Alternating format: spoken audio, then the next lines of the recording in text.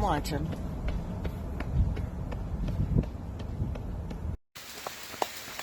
Good job.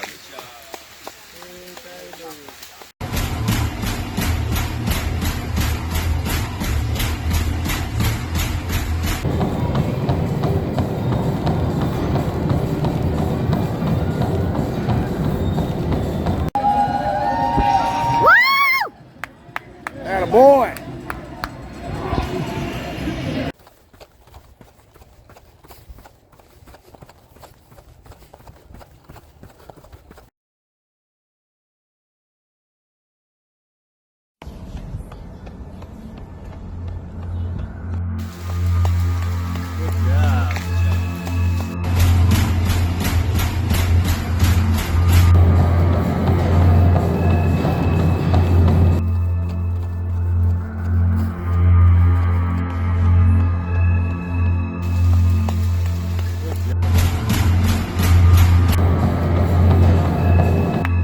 Boy.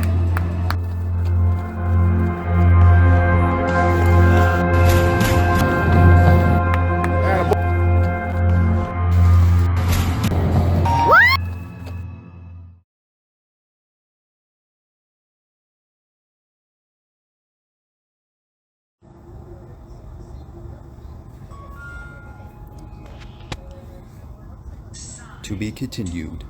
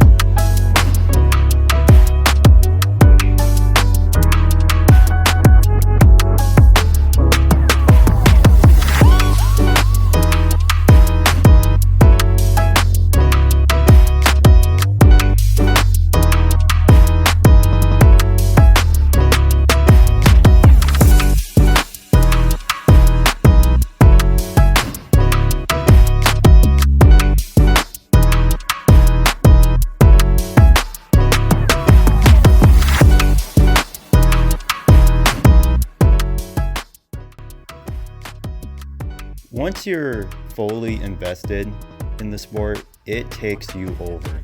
Like, you will find rest days more difficult than actual training days. It's funny how once we all got started, we were like, oh, I'm just gonna do a 5K. I'll just do a 10K and nothing else. And okay, half marathon's the most I'll do. And then we get the full marathon and then ultra. You know, you can play other sports, football, basketball, baseball, high school, college. You play 4 or 8 years and maybe you're one of those rare talents who can go professional, go to the major league and play several more years after that. But once you hit 40 or averaging, that's it. And then you're done. But in this sport, a marathon, you can go up to 60, 70, or I've seen people go up to their 80s. I mean, it takes you over. I've been in this game for about 11 years now, and 2023 was no question my best season in my running career. I ran the Bayshore Marathon, PRing that race with a 3:17 coming off of 3:31 in Detroit, and then took a few weeks off. A few months later, I PR'd the Crim 10-mile event, and then 2 months after that, I came back to Detroit to do the half marathon, and I PR'd that race again. 2024 was my 10th year being in the sport, and I wanted to make it big. But like life, things don't go according to plan. Talk about foreshadowing. When I left Detroit on the way home, I remember saying to my mom, how long can I keep this going? I just PR'd 3 races in a calendar year. And then we get to 2024. My peak race for 2024 was going to be Bayshore. I felt like I left a little bit in the tank in 23. Yeah, I PR'd that race, but I felt like I could have gone for a 3:15 instead of a 3:20. So I jumped in the marathon block and I felt great. I was recovering properly. I was hitting all my splits. I was hitting all my paces, my mileage. I was recovering well. Everything was going perfect. I felt like in this block, I was all in instead of being all consumed. And then something happened. So one morning, about 6 weeks out, I did my normal long run workout. I think it was just a 18-mile long run with 5 minutes of 5 reps. And I think it was all marathon pace with a cool down in between. The entire workout felt fine, felt good. And then immediately after I hit stop on my Garmin watch, I felt a little something in the back of my right hamstring. It was something I never felt before. It wasn't pain. I didn't know what it was. I didn't bring an extra gel with me. Maybe I'm just a little dehydrated. I didn't get enough carbs in me. So I'll just go home, refuel, get some extra electrolytes in, do some stretching, mobility, recovery. We'll call it good. Weeks after that, it just never got better. It just slowly got worse and worse and worse. Even I took down my mileage, my intensity. I even took a few runs off, and it was weird. It was something was not right. 2 weeks out, I was just gonna do an easy run. I think I took about 3 to 4 days off at that point, and I think I was just gonna see about 4 to 6, maybe 7, depending on how I feel, see how long I'll go for. At mile 3, I couldn't. I was literally running on one leg. At that point, I was hopping, so I knew something wasn't right. I was like, well, I'm gonna have to taper early.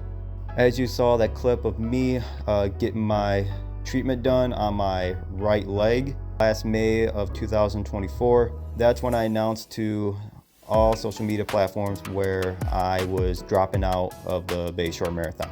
It was devastating.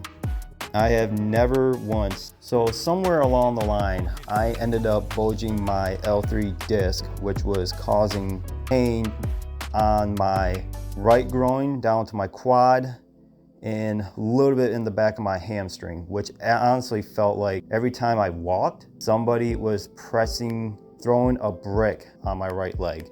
I remember the night I announced to social media that I was dropping out, I got up out of bed and I honest to God had to use the wall to help guide me downstairs. Like, it was really, really difficult to walk. It was a pain that I had never dealt with in the sport of marathon.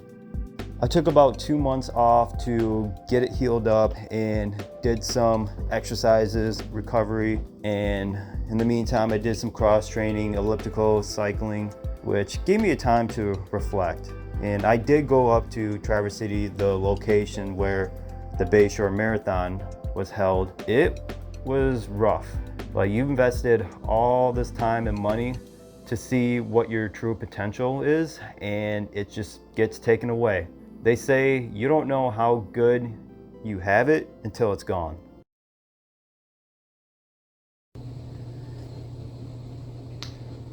In 2025, I'm not running for fear. Looking back, while I was injured for those 2 months, not being able to run and dropping out of that race, I'm actually very fortunate because I learned a lot. I learned more from losing than I do winning and succeeding. When you win, you're celebrating. You're not even thinking about your weaknesses, your flaws. You're not going back and studying what went wrong. When you lose, you do all those things. Okay, I messed up on this, I messed up on that. I gotta work on this and that. I can go back, look at the tape, fix those flaws, and use that to my advantage to go on the next mission. So in 2025, I'm going against all my weaknesses and all my fears, because I'm tired of being afraid. I'm tired of stepping back. I'm going after them. So, Bayshore 2025. I'm coming. So what went wrong? I was being too confident and let my ego get in the way. I was trying to make my splits, my mileage look all sexy and cool on Strava, instead of just living day-to-day basis, living in the present. From now on, going forward, I'm living in the present, taking it day by day. I'm not going to be all consumed. I'm going to be all in.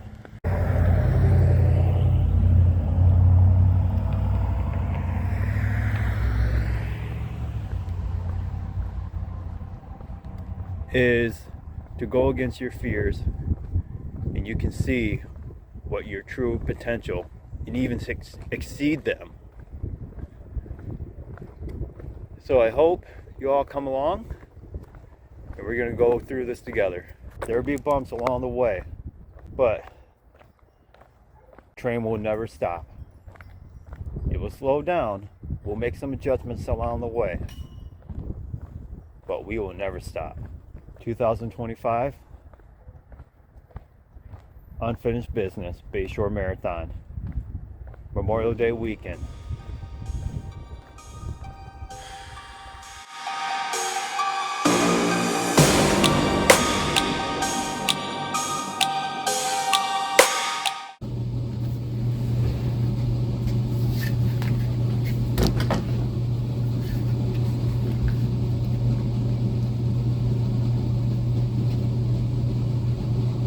Slay on them haters.